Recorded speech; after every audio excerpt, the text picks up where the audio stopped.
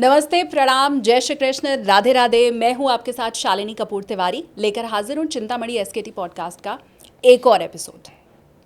हमेशा ही हम एस्ट्रोलॉजी की बात करते हैं, धर्म की बात करते हैं और अक्सर ही हमारे मन में ये ख्याल भी आता है कि ज्योतिष पर कितना विश्वास किया जाए। ज्योतिष अगर भविष्यवाणी कर सकता है तो वो कितने फीसद सही होती है। अगर हम पर्सनल एस्ट्रोलॉजी की बात करें, हम बात करें देश और दुनिया के स्तर पर एस्ट्रोलॉजी की, फाइनेंस एस्ट्रोलॉजी की, तो वो कितनी सही होती है। बहुत बड़ी बड़ी बातें इसे लेकर की तो जाती हैं, हर रोज़ ही एक नया वीडियो भी आपके सामने सोशल मीडिया पर आ जाता होगा, लेकिन कहाँ किस ओर जाना है, किस ओर नहीं जाना है, इसे लेकर हमेशा ही हमारे मन में ऊहापोह रहता है। इस वक्त देश में ऐसी स्थिति है जब पहलगाम में अटैक के बाद हर तरफ से एक मांग उठ रही है कि क्यों ना पाकिस्तान को सबक सिखाया जाए और वो युद्ध के तौर पर हो। तो ऐसे में मैंने ये सोचा, मेरी पूरी टीम ने ये सोचा कि क्या ज्योतिष के ज़रिए युद्ध की भविष्यवाणी हो सकती है, दो देशों का भविष्य प्रिडिक्ट हो सकता है। क्या पाकिस्तान की कुंडली देखकर ये बताया जा सकता है कि वो गर्त में जाएगा या आगे की ओर बढ़ेगा। ये सब जानने के लिए हमें एक ऐसे एस्ट्रोलॉजर की ज़रूरत थी जो आकलन भर से आपको भविष्य ना बताए, बल्कि जिनकी भविष्यवाणी हमेशा सटीक होती हो। मेरा पर्सनल अनुभव रहा है, इस आधार पर मैं कह रही हूँ कि मेरे साथ आज इस पॉडकास्ट में जो एस्ट्रोलॉजर मौजूद हैं, उनकी कही हुई ज़्यादातर बातें सही होती हैं और पिछले पॉडकास्ट में उन्होंने खुद मुझे जो बताया था उसमें बहुत सी चीज़ें सही हुई थी। वो क्या क्या था ये भी आपको बताऊंगी, लेकिन फ़िलहाल परिचय आपको करवा देती हूँ। मशहूर एस्ट्रोलॉजर, जाने माने एस्ट्रोलॉजर, सेलिब्रिटीज़ के एस्ट्रोलॉजर, फाइनेंस के बारे में जो आपको बता देते हैं, या मेडिकल एस्ट्रोलॉजी की अगर मैं बात करूं तो उसमें महारत जिन्हें हासिल है वो प्रशांत कपूर जी। बहुत स्वागत है सर आपका। Thank you Shalini, thank you for inviting in your podcast and viewers. आप लोगों को जय हिंद, वंदे मातरम। जय हिंद सर। 2025 के बारे में आई रिमेंबर जो पीछे डिस्कशन हमारे हुए थे और अभी जो सिचुएशन चल रही है तो काफ़ी वनरेबल है और 2025-26 में अभी बहुत कुछ होने वाला है। जिस तरह से अभी वॉर लाइक सिचुएशन भी चल रही है। आज 3 मई है एंड आई थिंक एक मैंने बात भी कही थी, अगर आपको याद होगा, कि मई में कुछ युद्ध होने वाला है एंड भारत कोई युद्ध करेगा। तो देखिए वो टाइम शुरू हो चुका है और ये 5 मई के आसपास अभी हालात बनेंगे और 24 मई के बीच बीच में पाकिस्तान के ऊपर एक बहुत बड़ी स्ट्राइक होने वाली है। एंड शालिनी, मुझे मालूम है कि आप भी ज्योतिष के स्टूडेंट हैं और मैं भी स्टूडेंट हूं, क्योंकि मैं कभी नहीं कहता हूं कि मैं ज्योतिष सीख चुका हूं। जब आप ऐसे कहोगे कि ज्योतिष सीख लिए हैं तो मतलब आप कुछ नहीं आता आपको। तो आपको भी मालूम है कि जो 8th हाउस होता है कुंडली में, हिडन एसेट्स एंड और हिडन लॉसेस, तो अभी 8th हाउस का सक्रिय होना पाकिस्तान की कुंडली में, ये जो अटैक होगा ये पाकिस्तान को समझ में नहीं आएगा इस बार कि अटैक हो कहाँ से रहा है। क्या भारत ने अटैक किया है? क्या अफ़गानिस्तान के थ्रू अटैक हो रहा है? क्या वहाँ से ईरान अटैक कर रहा है? या जो बलोच आर्मी है क्या वो अटैक कर रही है? देखिए, युद्ध के एक नियम होते हैं, युद्ध की स्ट्रेटजीज होती हैं। छापामार युद्ध अलग है, लेकिन जब आप खुल के वॉर करते हैं, फ्रंट युद्ध होते हैं फ्रंट वॉर पे, सो अगर आपने देखा होगा, चाणक्य नीति से लेकर जितने भी नीतिज्ञ थे हमेशा ये कहते थे अपने राजाओं को कि अगर 8 दिशाएं हैं, अगर 8 द्वार हैं, तो किसी एक द्वार को पहले ओपन किया जाए। पहले एक फ्रंट पे फाइट लड़ना इज़ ऑलवेज गुड, चाहे उसमें किसी की भी जीत या हार हो, लेकिन उसमें कैजुअलिटीज़ कम होती हैं। लेकिन आप सोचिए कि अगर आपके ऊपर अगर 8 दिशाओं से युद्ध थोप दिया जाए एंड अगर आप मजबूर हो जाएं कि आपको 8 के 8 फ्रंट ओपन करने पड़ेंगे, तो और ये भी पता हो कि हम सक्षम नहीं हैं युद्ध के लिए, तो हार होना तय है। और यही अभी होने वाला है। अभी आई नो कि अभी बहुत एक मंजर ऐसा है कि बहुत लोग परेशान हैं। जो हमारे सोचिए सिविलियंस, 28 लोगों की जान ली गई, बेसिकली शहादत दी है एक तरह से उन्होंने। किसी के साथ साथ भी हो सकता था, शालिनी आपके साथ, मेरे साथ। और जिस तरह से आप धर्म पूछ पूछ के गोलियां चला रहे हैं, आप क्या मैसेज दे रहे हैं? आई थिंक प्रेडिक्शन में हमने ये बात भी की थी कि ये 29 मार्च के आसपास अप्रैल में इस तरह की घटनाएं घटेंगी कि दो समुदायों के बीच में, धर्म और पंथों के बीच में युद्ध होंगे। लेकिन डीकोड करना उनको किस तरीके से होंगे, क्या नैरेटिव्स बनेंगे मार्केट में, क्या लोगों की सोच होगी। सो कहीं ना कहीं ज्योतिष अपने आप में अटैच हो ही जाता है। अब आप सोचिए जो एक नैरेटिव सेट हो रहा है वो क्या हो रहा है। कश्मीर जहाँ पे एक एक घाटी में जहाँ पे एक शांति व्यवस्था आ चुकी थी, आज अगर उन लोगों के पास रोज़गार नहीं होगा तो डेफिनेटली वो लोग हथियार उठाने पर, क्योंकि उसका एक्सपीरियंस है उन लोगों को पहले से, बिल्कुल इन चीज़ों के लिए फिर तैयार हो जाएंगे। हाँ। एंड वही शत्रु हमारा चाहता था। अब इस सिचुएशन वहाँ पर ख़राब है। अभी भी देश में जो कॉम्बिनेशन बन रहे हैं भारत की कुंडली में, सिचुएशन सही नहीं है। अगर मैं 14 अगस्त की कुंडली बनाता हूँ 2025 की, नॉट 15 अगस्त, क्योंकि सूर्य के बारे में देखा जाता है कि सूर्य विधि कुंडली या तो वर्ष लगन कुंडली, क्योंकि सूर्य उस पर्टिकुलर डिग्री पे कब आते हैं। तो ये 14 अगस्त रात को 11:23 के आसपास योग बनेगा, जब सूर्य सेम डिग्री पर आएंगे जब हम आज़ाद हुए थे। वर्ष लगन और जन्म लगन वृषभ राशि के ही आने वाले हैं, तो भारत के लिए ये वर्ष भी एक मृत्यु का वर्ष माना जाएगा 15 अगस्त 2026 तक। तो जब ये विश्लेषण हो चुके हैं एस्ट्रोलॉजिकली कि ये मृत्यु का वर्ष है, और यही जब सिद्धांत एक आम जातक की कुंडली पर अप्लाई होते हैं, तो उन्हें समाधान दिए जाते हैं कि अगर आप ये समाधान करेंगे तो 99% प्रोटेक्शन रहेगी। कोई छोटी मोटी चोट लगेगी कि मान लीजिए किसी को चोट लग गई तो 2 दिन के लिए कोई पेन रहा, किसी ने डिक्लोपेन ले ली या कोई भी पेन किलर ले लिया तो ठीक हो गया जातक 3 दिन के बाद, तो दैट्स कॉल्ड रेमेडीज़। लेकिन जब आती है बात देशों की, युद्ध के बारे में, और जब इस तरह की कुंडलियों में योग बन जाते हैं, जैसे कि इजराइल की कुंडली में एक योग बना हुआ है कि षष्ठेश इज ऑलवेज सक्रिय, एक्टिव, कि जब षष्ठेश एक्टिव है तो वो क्या करेगा, युद्ध में आपको लगाए रखेगा। आप युद्ध से कभी बाहर आ ही नहीं पाएंगे। आप देखते रहिएगा, इजराइल कभी भी युद्ध से बाहर नहीं आएगा। कुंडली में ही योग बने हुए हैं। अच्छा। सिमिलरली भारत की कुंडली में योग बना है कि ये जो वर्ष एंड जन्म लगन कुंडली 14 अगस्त 2025 से 15 अगस्त 2026 तक मृत्यु योग बना रही है, इसके लिए भारत की एजेंसियों को पहले ही तैयार होना होगा। वो कहते हैं ना, गिद्ध की नज़र रखनी होगी कि कहीं ऐसी घटना तो नहीं घटने जा रही है जिसके बारे में आपको अंदेशा ही ना हो पहले, और ये चीज़ें देखने को आएंगी बाद में भी। मृत्यु योग का क्या मतलब होता है? आपने कहा अगर किसी की पर्सनल कुंडली में मृत्यु योग बन रहा हो तो हम उसको वैसी रेमेडीज देते हैं, तो क्या इसका अर्थ ये है कि मृत्यु हो जाएगी? जी नहीं, मृत्यु नहीं हो जाएगी। मृत्यु तुल्य कष्ट होगा। द्विजन्मा वर्ष इसे कहते हैं। जब भी वर्ष लगन जन्म लगन कुंडली सेम आती है तो इसे द्विजन्मा वर्ष कहा जाता है ज्योतिष के सिद्धांत के अनुसार। लेकिन अब ये कॉम्बिनेशन किसी जब देश की कुंडली में आता है तो भी वो द्विजन्मा वर्ष है। तो अगर वो आ ही चुका है तो मान के चलिए कि कुछ तो परेशानियां होंगी, लेकिन आपको उन परेशानियों से पार कैसे पाना है, उसके लिए तैयारी क्या होगी। कोई एस्ट्रोलॉजिकल रेमेडीज़ तो नहीं है। उसके लिए डेफिनेटली जो हमारी एजेंसीज हैं, जो सरकार है, उसकी नज़र बहुत पैनी चाहिए, शार्प नज़र चाहिए, और तैयारी एडवांस में करनी पड़ेगी। अगर खतरा नहीं भी है तो भी तैयारी करनी पड़ेगी कि कुछ ऐसा ना हो जाए, क्योंकि ये जो कॉम्बिनेशन बनेंगी ये देश को गृह युद्ध में धकेलने की कोशिशें होंगी, और इससे हमें बचना है, और बचा सकती हैं एजेंसीज। तो जब ये प्रेडिक्शंस होती हैं तो एक मैसेज भी होता है। आपके पॉडकास्ट जो भी हम हो रहा है, this is a message for the government and agencies कि पहले ही आप तैयारी कर लें। जैसे रशिया यूक्रेन वार की भी जब मैंने प्रेडिक्शन दी थी और हो गई थी 6 माह के बाद एज इट इज़, तो दिस वाज ए मैसेज कि ये होने वाला है, तो रोकना है तो रोक लीजिए। ये पहले ही अगर यूक्रेन नाटो का सदस्य बनने की जिद छोड़ देता है तो इतनी बड़ी तबाही नहीं मचती थी। तो दीज आर कॉल्ड प्रेडिक्शंस, जिनके सॉल्यूशंस सिर्फ उपचार जो होता है वो डिस्कशन के जरिए चीज़ों को ठीक किया जाता है या तैयारी की जाती है।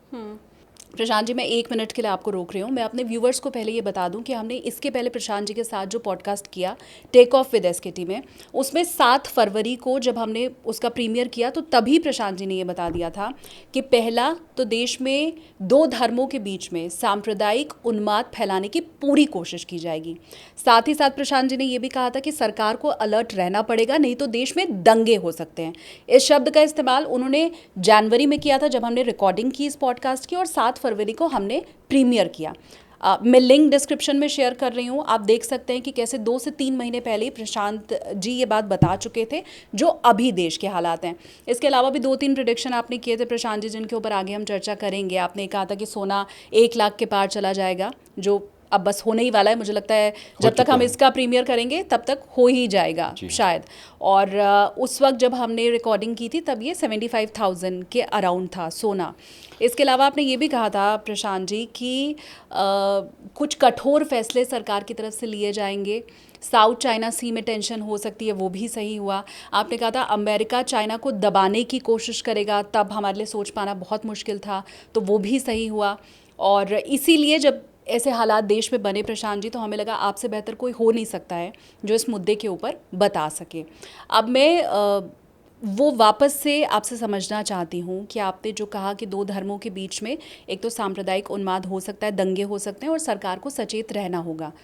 तो अभी जो स्थिति देश की है, वो जो आपने इशारा किया था कि सचेत रहना होगा, तो दंगे जैसे हालात तो नहीं बनते अभी दिखाई दे रहे हैं, सरकार सचेत रही?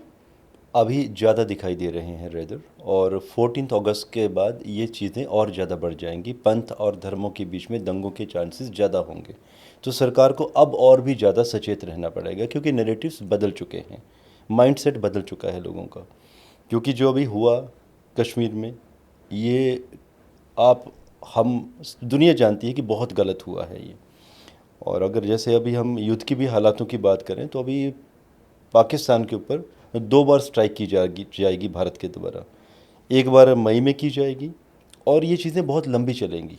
देखिए, अगर भारत आज चाहे तो 6 से 8 घंटों के युद्ध के द्वारा पाकिस्तान को नक्शे से मिटा सकता है, लेकिन वो तर्कसंगत नहीं होगा। Strategical war is always good, because Pakistan की कुंडली में षष्ठेश का 4th हाउस में चला जाना, छठा घर डिस्प्यूट्स का और 4th घर आपकी प्रॉपर्टी का, चौथा घर आपकी जनता भी है। मतलब चौथा घर मतलब जनता भी त्रस्त होगी, और चौथे से चौथा चला गया आपका 7th हाउस, वो भी एफ्लिक्टेड है। मतलब जनता को सुखों का अभाव, जनता पाई पाई के लिए, पानी पानी के लिए त्रस्त हो जाएगी। और आप सोचिए, यही हुआ अभी।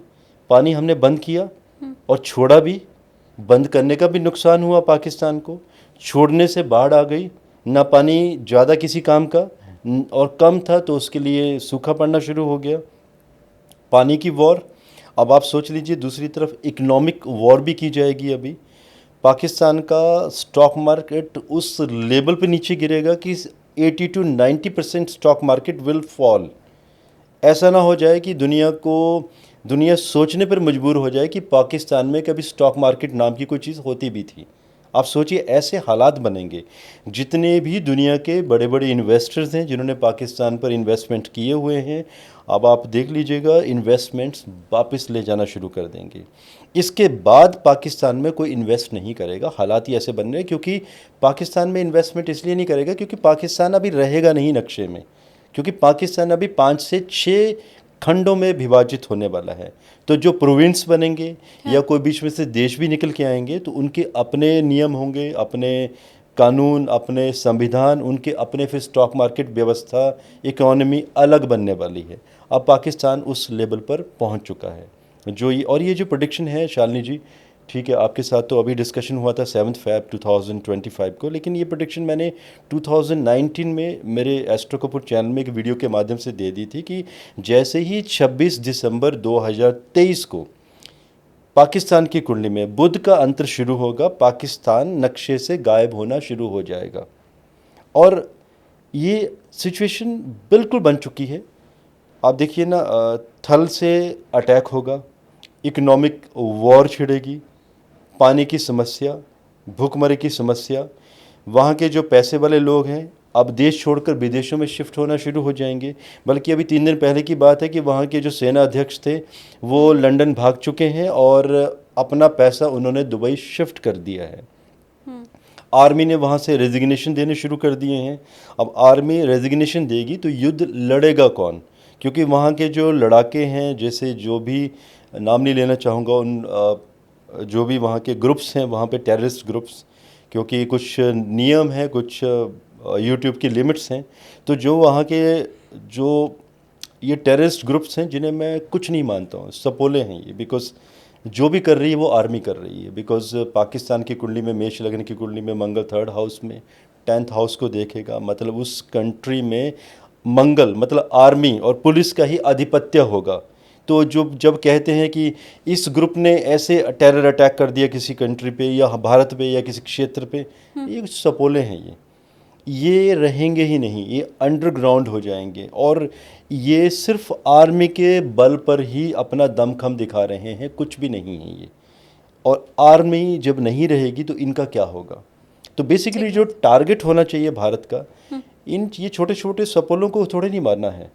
आप बैठ रहे कि जो बड़े नाग हैं उनको उनको नष्ट करना जरूरी है।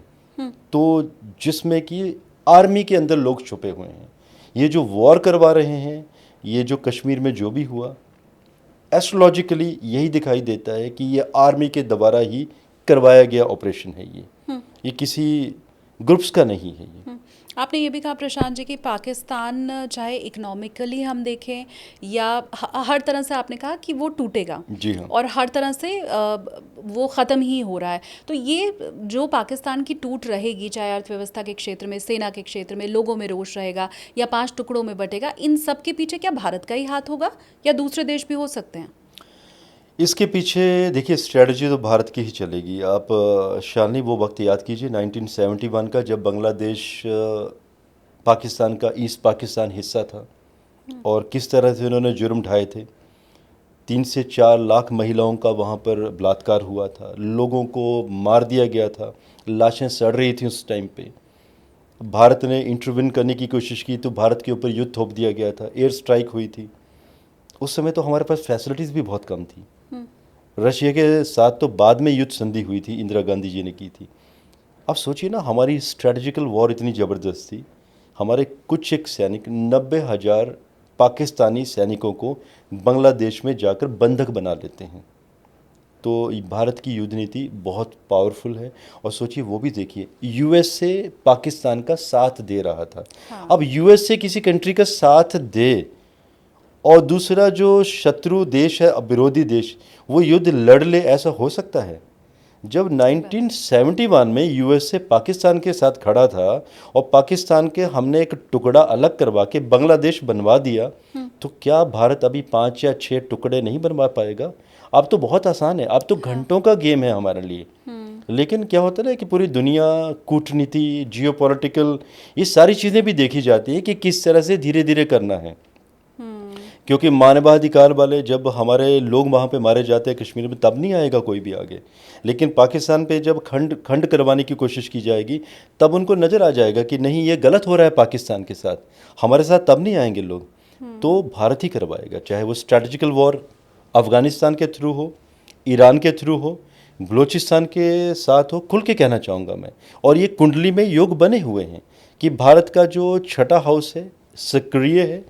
अब भारत इतना बड़ा छापामार युद्ध करेगा कि पाकिस्तान की सेना को ये भी समझ नहीं आएगा कि ये मिसाइल्स गिर रही हैं तो पीछे से आ रही हैं, सामने से आ रही हैं, नॉर्थ से आ रही हैं, ईस्ट से आ रही हैं।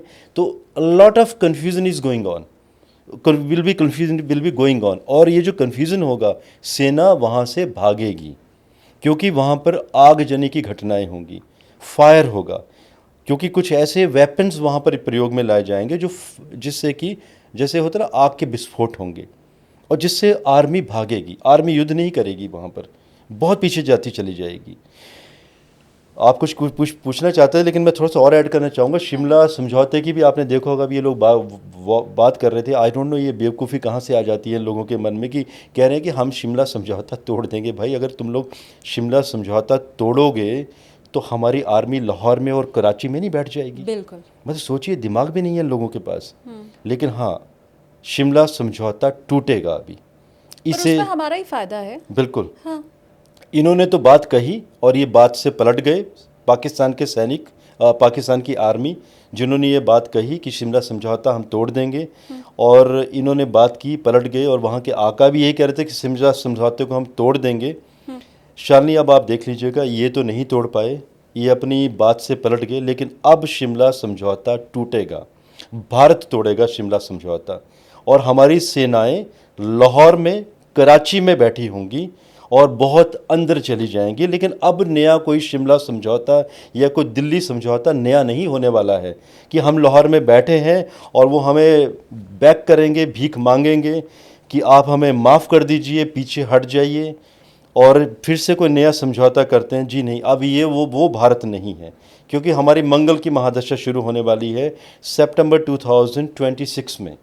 अब हम माफ़ नहीं करेंगे शत्रुओं को। और अभी जो भी होने वाला है, पीओके कैप्चर होगा, बलूचिस्तान एक अलग प्रोविंस बनेगा, सिंध अलग होगा, पंजाब अलग होगा, खैबर पख्तूनख्वा अलग होगा। अब इतने टुकड़े करवा दिए जाएंगे कि पाकिस्तान होगा तो कहाँ होगा? क्या कोई ऐसा देश होगा भी? शानली, अब ऐसा कोई देश नहीं बचेगा वहाँ पर। अब ये छोटे छोटे टुकड़े बचेंगे। जैसे नेपाल के साथ जो भी हमारी संधि है, या अगर हम बड़ी बात करें तो भूटान को भारत का बहुत बड़ा संरक्षण प्राप्त है। आज अगर भूटान में हमारी भारतीय आर्मी थोड़ा सा पीछे हट जाए, हमारी सेंट्रल गवर्नमेंट कह दे कि आप पीछे आ जाओ, चाइना मात्र 2 घंटे में भूटान को कैप्चर कर लेगा। युद्ध भी नहीं होगा वहाँ पे, कुछ भी नहीं होगा। तो एक ठीक है, हो सकता है कि भूटान के लोगों को ये बात थोड़ी सी अटपटी लगे, लेकिन भूटान एक ऐसा कंट्री है आज की डेट में कि भारत का ही संरक्षण प्राप्त है। भारत का हाथ खींच लेते हैं तो ये एक प्रोविंस से ज़्यादा कुछ भी नहीं है। चाइना को घंटों मात्र लगेंगे उसको एक अपना नया राज्य बनाने में और वहाँ पे साम्यवादी सरकार लाने में। तो इसी तरह से आगे जो प्लानिटरी कॉम्बिनेशन बन रहे हैं भारत के, सितंबर 2026 के बाद मंगल की महादशा स्टार्ट होगी और ये चलेगी 2033 सितंबर तक। तो भारत अभी ऐसे ही स्ट्रेटजिकल मूव करेगा कि छोटे छोटे प्रोविंस बनाएगा और बाद में ये प्रोविंस भारत में धीरे धीरे मर्ज होते चले जाएंगे, क्योंकि वो अखंड भारत बनने का समय भी आ रहा है। लेकिन बेटर है कि वो अखंड भारत फोर्सफुल तरीके से ना बनाया जाए, क्योंकि हमारी विस्तारवादी नीति कभी रही ही नहीं है। बेटर है कि वो लोग खुद चाहें कि वो भारत में मर्ज होना चाहेंगे। मैं आपकी बात को कनेक्ट कर पा रही हूँ। मैंने अभी 2 दिन पहले ही पॉडकास्ट किया है, हमारे फॉर्मर डीजीएमओ हैं लेफ्टिनेंट जनरल अनिल कुमार भट्ट जी, और उन्होंने एग्जैक्टली वही बातें कही हैं जो आप ज्योतिष के ज़रिए समझा रहे हैं। उन्होंने भी यही कहा कि भारत को कोशिश करने की ज़रूरत ही नहीं पड़ेगी। पाकिस्तान के लोग खुद वहाँ की सरकार से और सेना से इतना परेशान हैं कि खैबर पख्तूनख्वा की हम बात करें या हम सिंध प्रांत की बात करें, पंजाब एक अलग उनका देश बन सकता है। तो ऐसे करके 4-5 टुकड़े होंगे। और आप ये कह रहे हैं कि कुंडली भी इसी ओर इशारा पाकिस्तान का कर रही है। आप जो कह रहे हैं कि शिमला समझौता रद्द होगा और भारत करेगा, हम करेंगे इस बार रद्द। हाँ। हमारी गवर्नमेंट, हमारी आर्मी इस शिमला समझौते को निस्संदेह रद्द करेगी। ये मैं ज्योतिष के माध्यम से कह रहा हूँ, मेरी गणना के माध्यम से।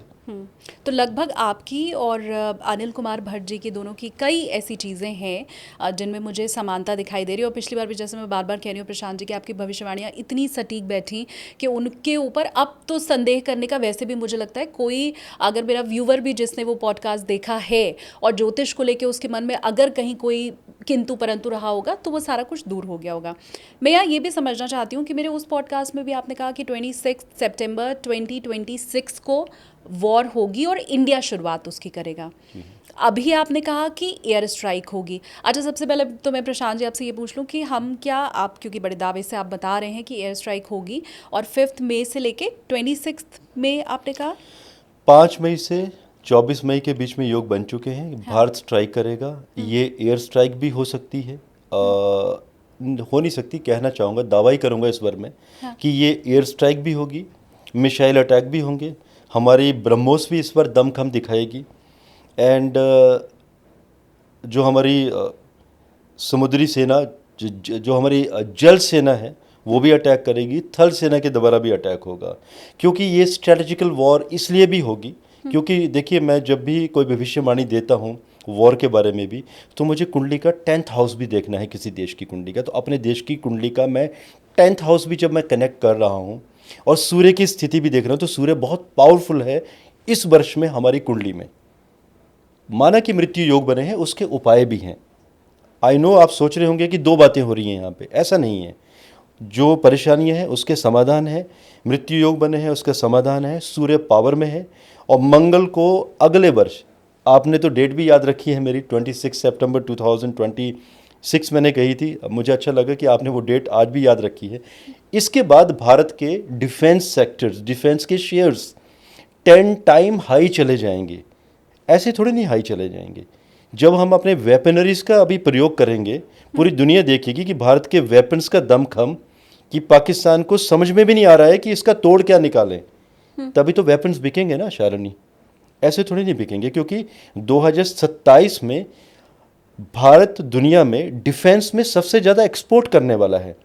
तो आप उसका ट्रायल कहाँ पर करोगे? ऐसे युद्धों में तो ट्रायल होते हैं। और एक माना कि बहुत बुरा हुआ है हमारे साथ, बट ये कहूँगा कि कहीं ना कहीं इन लोगों ने ना भारत को मौका दे दिया एक बड़ी स्ट्राइक करने का। बालाकोट में क्या हुआ था? क्या हमने पूछ के स्ट्राइक की? अभी भी लोग आज यही सोच रहे हैं कि मोदी जी कुछ नहीं कर रहे हैं, आर्मी कुछ नहीं कर रही है, आर्मी को ओपन हैंड दे दिया है। उस समय भी तो ऐसा हुआ था, आप भी न्यूज़ में हैं। हमें सुबह न्यूज़ आई थी 5:30 5:40 के आसपास कि भारतीय आर्मी जो करना था करके आ भी चुकी है। हाँ।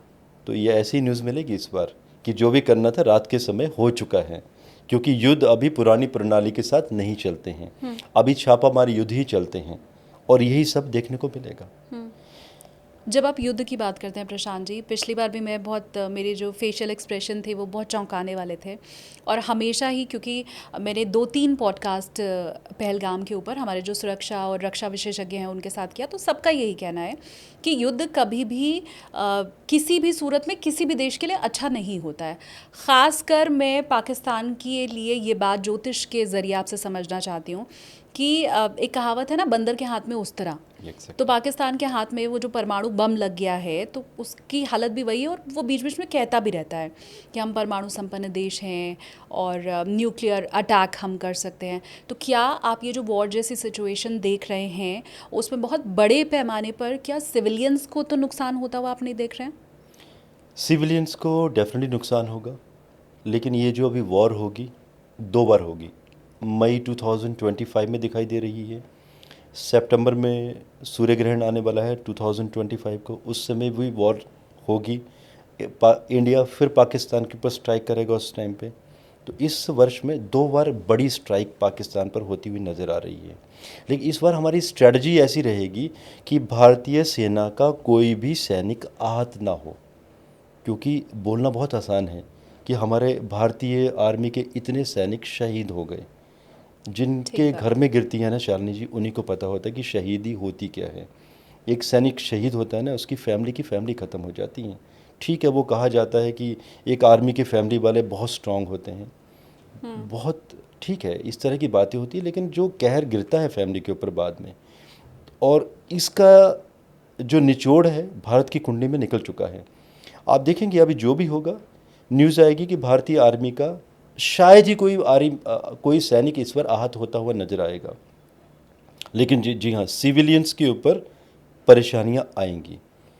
चाहे हो सकता है हमारे बॉर्डर्स में लगते हुए कुछ सिविलियंस हों, ये बॉर्डर्स के उस तरफ परेशानियां तो आएंगी। और जो आपने कहा कि युद्ध विकल्प नहीं है, आप सोचिए ना, भारत युद्ध चाहता कब था? हमारी तो विस्तारवादी नीति कभी रही ही नहीं है।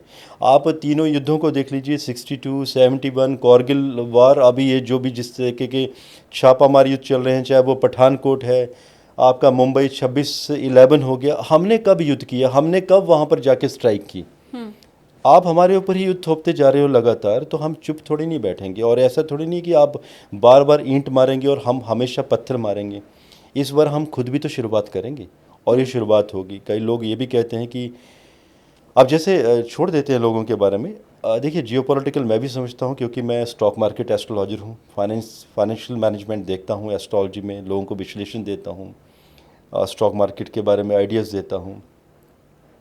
तो आई अंडरस्टैंड कि आज अगर भारत युद्ध करेगा तो दुनिया का जो एक नरेटिव है गलत सेट बैठेगा कि भारत युद्ध में उतर आया है तो इन्वेस्टमेंट्स खींच लिए जाएं। ऐसा नहीं होगा। अच्छा, आई नो, अभी कुछ व्यूअर्स के लिए मैं ये भी कहना चाहूँगा, डरे होंगे व्यूअर्स कि अगर मई में अटैक हो गया, जो विदेशी लोग हैं, एनआरआई हैं, जिन्होंने यहाँ पे पैसा लगाया है, कहीं ना कहीं दिमाग में होगा कि हम अपना पैसा खींच ले। ये बात अलग है, जब स्ट्राइक होगी तो स्टॉक मार्केट गिरेगी, इट्स अंडरस्टूड, गोल्ड बढ़ेगा, यही होता है बाद में। लेकिन ये टेम्परेरी होगा, लोगों का ट्रस्ट बना रहेगा। चाइना खुद चाहता है कहीं ना कहीं कि भारत पाकिस्तान के ऊपर स्ट्राइक कर दे ताकि चाइना का व्यापार और बड़ा हो जाए। चाइना की कुंडली दिखाई देती है, कुंडली में भी कॉम्बिनेशन। इसके साथ आप हम पुरानी घटनाओं को क्यों नहीं याद कर लेते महाभारत के समय की। शालिनी जी, श्री कृष्ण तो स्वयं नारायण के अवतार थे, दुनिया के सबसे बड़े तांत्रिक। और अगर तांत्रिकों की बात करें तो श्री कृष्ण और रावण से बड़ा तांत्रिक ना तो कभी हुआ ना ही कोई होगा।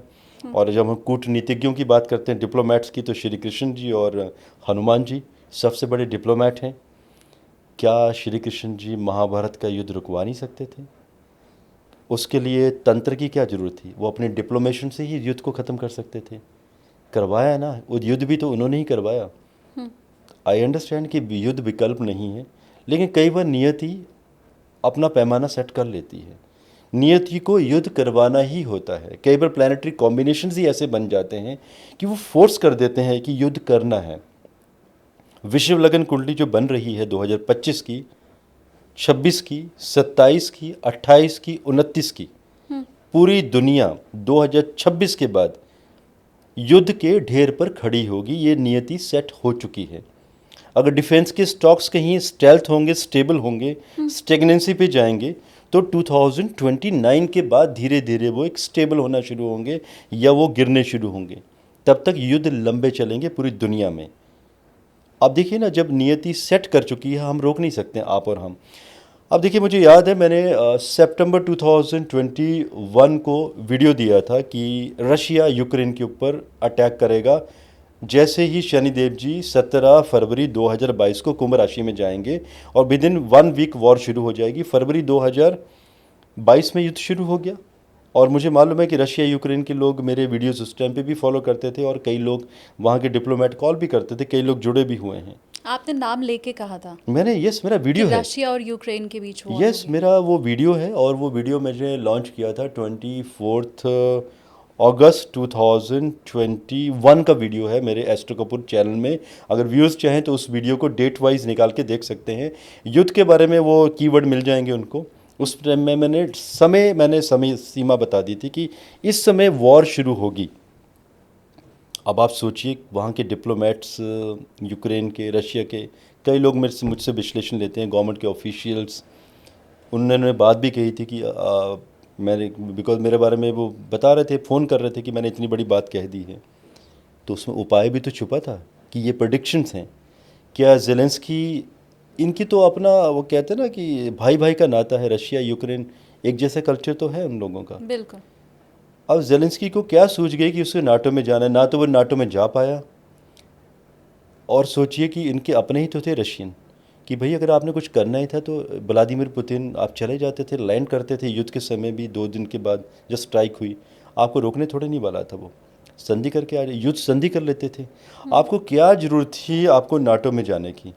देश गंवा दिया। वो कहते हैं ना, मूर्ख राजा को सत्ता पे बैठाओगे तो वो देश तो गवाएगा। अब एक जो जातक जो एक सीरियल में प्रेसिडेंट बना है, उसको अब वहाँ का भी प्रेसिडेंट या प्राइम मिनिस्टर बनाएंगे जिसको एक्सपीरियंस ही नहीं है वॉर का या कंट्री चलाने का। राजा का सबसे बड़ा दायित्व ये होता है कि सिविलियंस में मेरे एक भी व्यक्ति को आघात नहीं पहुँचना चाहिए।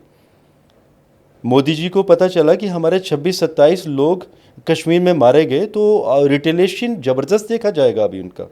ज़ेलेंस्की ने क्या कर लिया, इसे मूर्खता कहते हैं। तो क्या युद्ध रुका? नियति तय कर चुकी थी कि यूक्रेन में तबाही मचेगी।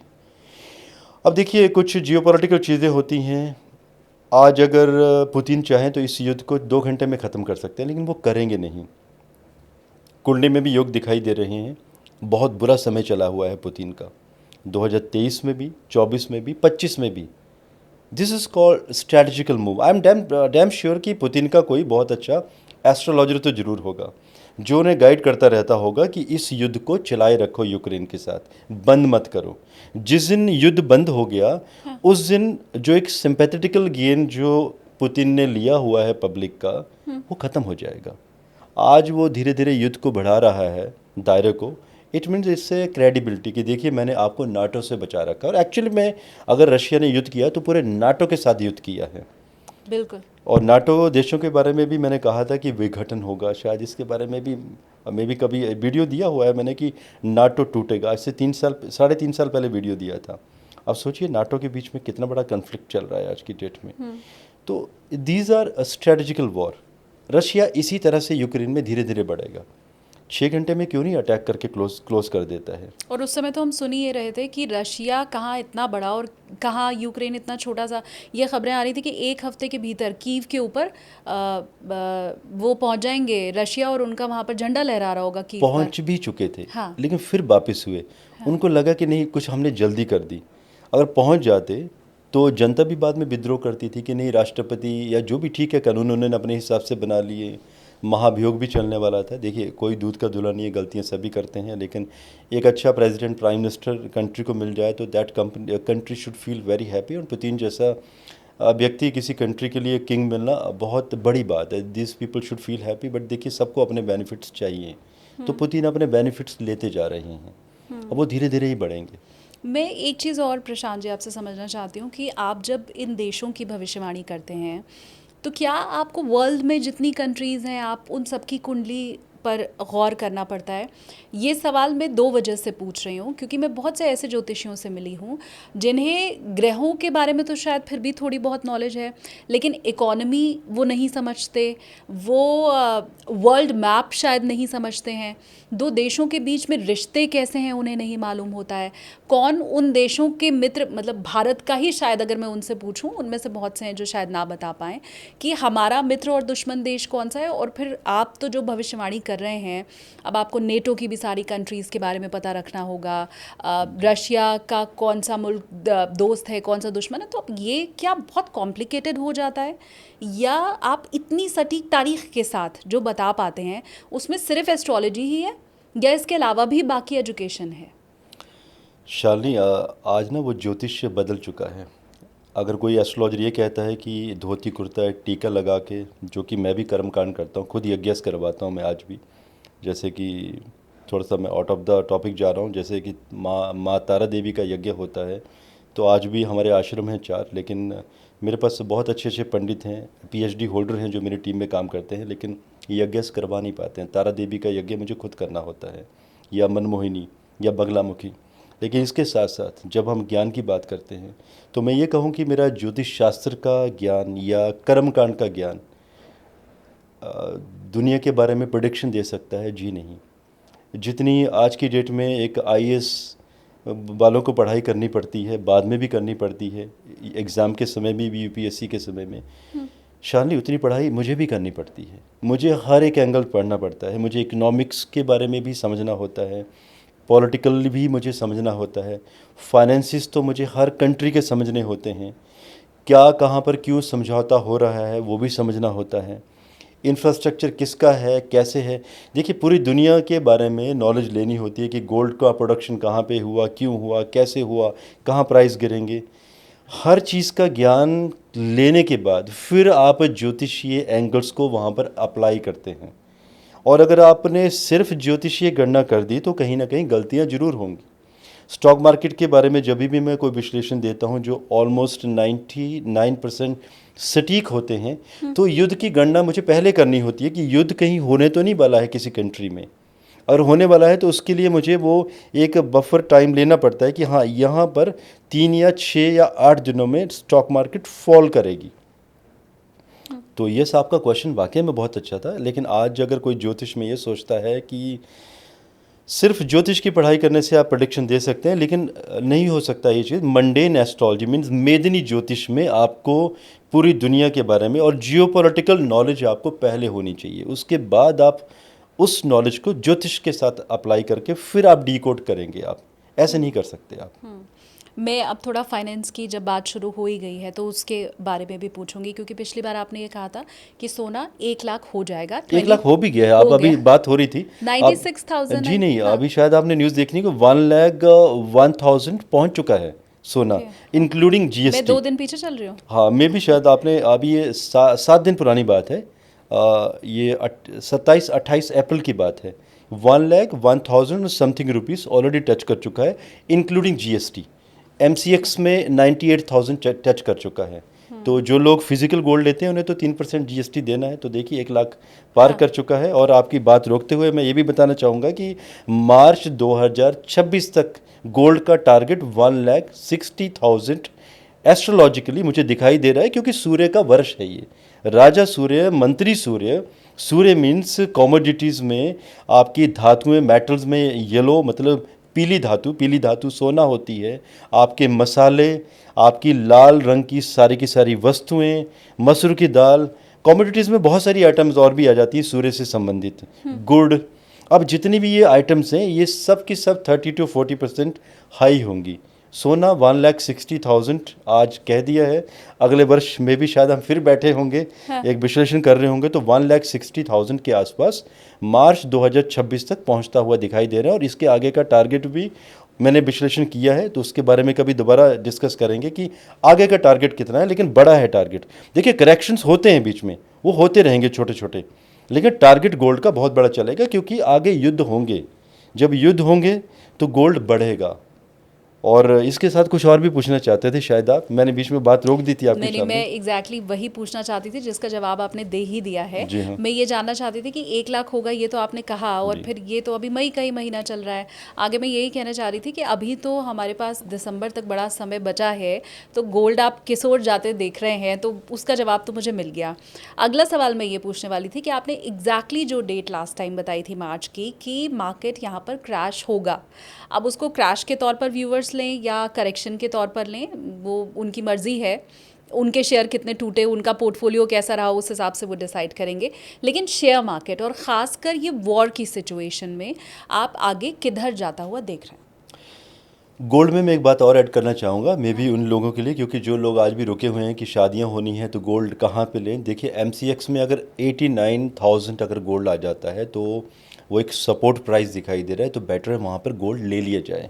बिकॉज मेरी मीडिया टीम बता रही थी कि ऐसे भी वीडियोस आजकल वायरल हो रहे हैं जिसमें कि ये बताया जा रहा है कि गोल्ड 55,000 आ जाएगा। हाँ, 55-57,000 वाले वायरल हैं। हाँ। बिल्कुल, बिकॉज शालिनी जी, मैं ना तो टीवी देखता हूँ ना तो मैं यूट्यूब देखता हूँ, मैं सिर्फ इंग्लिश मूवीज़ देखता हूँ जब मुझे माइंड फ्रेश करना होता है, या तो न्यूज़पेपर पढ़ता हूँ मैं। तो मुझे नहीं मालूम, लेकिन टीम वाले कह रहे थे, तो लोगों को मैं कहना चाहूँगा कि ऐसा बिल्कुल भी नहीं होने वाला है। तो एस्ट्रोलॉजिकली मैं दावे से कहना चाहता हूँ 89,000 इज़ द सपोर्ट प्राइस। अगर लेना चाहते हैं ले लीजिए अभी, अगर यहाँ तक कहीं प्राइस गलती से आ जाता है। बिकॉज आज 3 मई है, आज शायद प्राइस देखा था मैंने MCX में 92 तक आ चुका है, और ये प्राइस दोबारा नहीं मिलेंगे। रही बात शेयर मार्केट की, मुझे मालूम है सितंबर में हमने भविष्यवाणी दी थी, फैब में भी कवर की थी। मैंने तो मेरा पोर्टफोलियो सेल कर दिया था उस समय, और जितने भी मेरे साथ मेरे क्लाइंट्स जुड़े हुए हैं एस्ट्रोलॉजी के, जो मुझसे विश्लेषण ले रहे हैं कई वर्षों से, पिछले 30 वर्षों से, उनको भी व्हाट्सएप पे मैसेज, यूट्यूब पे मैंने वीडियो भी दिया था सितंबर 2024 में कि market will get crash around 28%। कई लोगों ने पूछा भी था कि 28% तो क्रैश हुई नहीं, 25,000 के आसपास करेक्शन हुआ है। शालिनी, उन लोगों को क्या जिनके पोर्टफोलियो 1 करोड़ के थे और 70 लाख गायब हो चुके हैं, 30 लाख या 25 लाख ही बचे हैं, क्या वो क्रैश से कम है? बिल्कुल। क्योंकि वो पोर्टफोलियो में स्क्रिप्ट उनकी ऐसी थी कि वो शेयर 70-80% करेक्ट हो चुके हैं, कुछ डिफेंस के स्टॉक्स भी ऐसे करेक्ट हुए हैं, तो ये क्रैश से कम थोड़ी नहीं है ये। और ये सिचुएशन आगे और चलेगी। जैसे अभी 15 मई के बाद मार्केट थोड़ी सी करेक्ट होगी, आज 3 मई है, 4 को संडे है, 5 मई के बाद मार्केट थोड़ी सी नीचे जाना शुरू होगी। अभी स्टॉक मार्केट फिर से अभी अराउंड 2000 निफ्टी नीचे लोअर लेवल दिखाएगा। 16,000 की सपोर्ट मुझे दिखाई दे रही है निफ्टी की, 16,100 की। आप सपोर्ट प्राइस क्या होता है आप समझ गए हैं, और समझदार व्यूअर्स भी समझ ही गए हैं कि सपोर्ट प्राइस क्या है। तो एक मैसेज भी है हमारा इन व्यूअर्स को कि सोच समझ के निर्णय लें। स्टॉक मार्केट में बने रहना है तो या तो अगर पेशेंस है, एक्सपीरियंस है, तभी रहें। लोगों की बातों में ना आए कि किसी पड़ोसी ने कहा कि उसने गाड़ी ले ली है, BMW या ऑडी ले ली है और स्टॉक मार्केट से पैसे कमाए हैं, सबको नहीं मिलेंगे, क्योंकि उसके लिए आपकी कुंडली में भी वो प्लानिटरी कॉम्बिनेशंस होने चाहिए। क्योंकि मेरे पास भी कई बार लोग विश्लेषण के लिए आते हैं, कुंडली में अगर कॉम्बिनेशन हो ही ना, तो इससे पहले कि हम कंसल्टेशन दें, मैं ऐसे लोगों को रिफ़ंड ही करवा देता हूँ जो बड़ी उम्मीद के साथ आते हैं। पता होता है कि वो ये जो नेटिव है, जो जातक है, क्लाइंट कह लीजिए, वो जान खाएगा बाद में, तो इससे तो बेटर है कि एक 30 सेकंड विश्लेषण के बाद आई टेल माय टीम कि इस व्यक्ति को इसकी फ़ीस रिफ़ंड कर दी जाए, इसको स्टॉक मार्केट में कुछ नहीं मिलने वाला है, उल्टा ये जातक हमारी जान खाएगा। हाँ, जिसकी कुंडली में दम कम होता है उन्हें मैं प्रॉपर विश्लेषण देता हूँ, पेनी स्टॉक्स के मतलब कौन सी कंपनीज के लेने हैं या कौन से PSUs लेने हैं, कौन से डिफेंस के स्टॉक्स लेने हैं, किस इंफ्रास्ट्रक्चर में किन कंपनीज के स्टॉक्स लेने हैं, मैं सब गाइडलाइंस देता हूँ कुंडली के बेस के ऊपर। अच्छा। लेकिन उन्हीं व्यक्तियों को जिनकी कुंडली में ये दिखाई देता है कि उन्हें बेनिफिट्स मिलेंगे, सबको नहीं।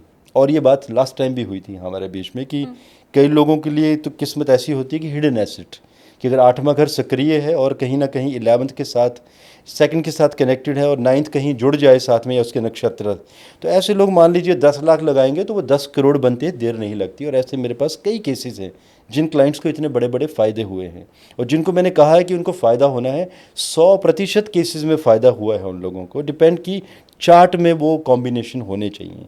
वो कहते हैं ना, बिना किस्मत में कुछ नहीं मिलता, बिना किस्मत के। हाँ,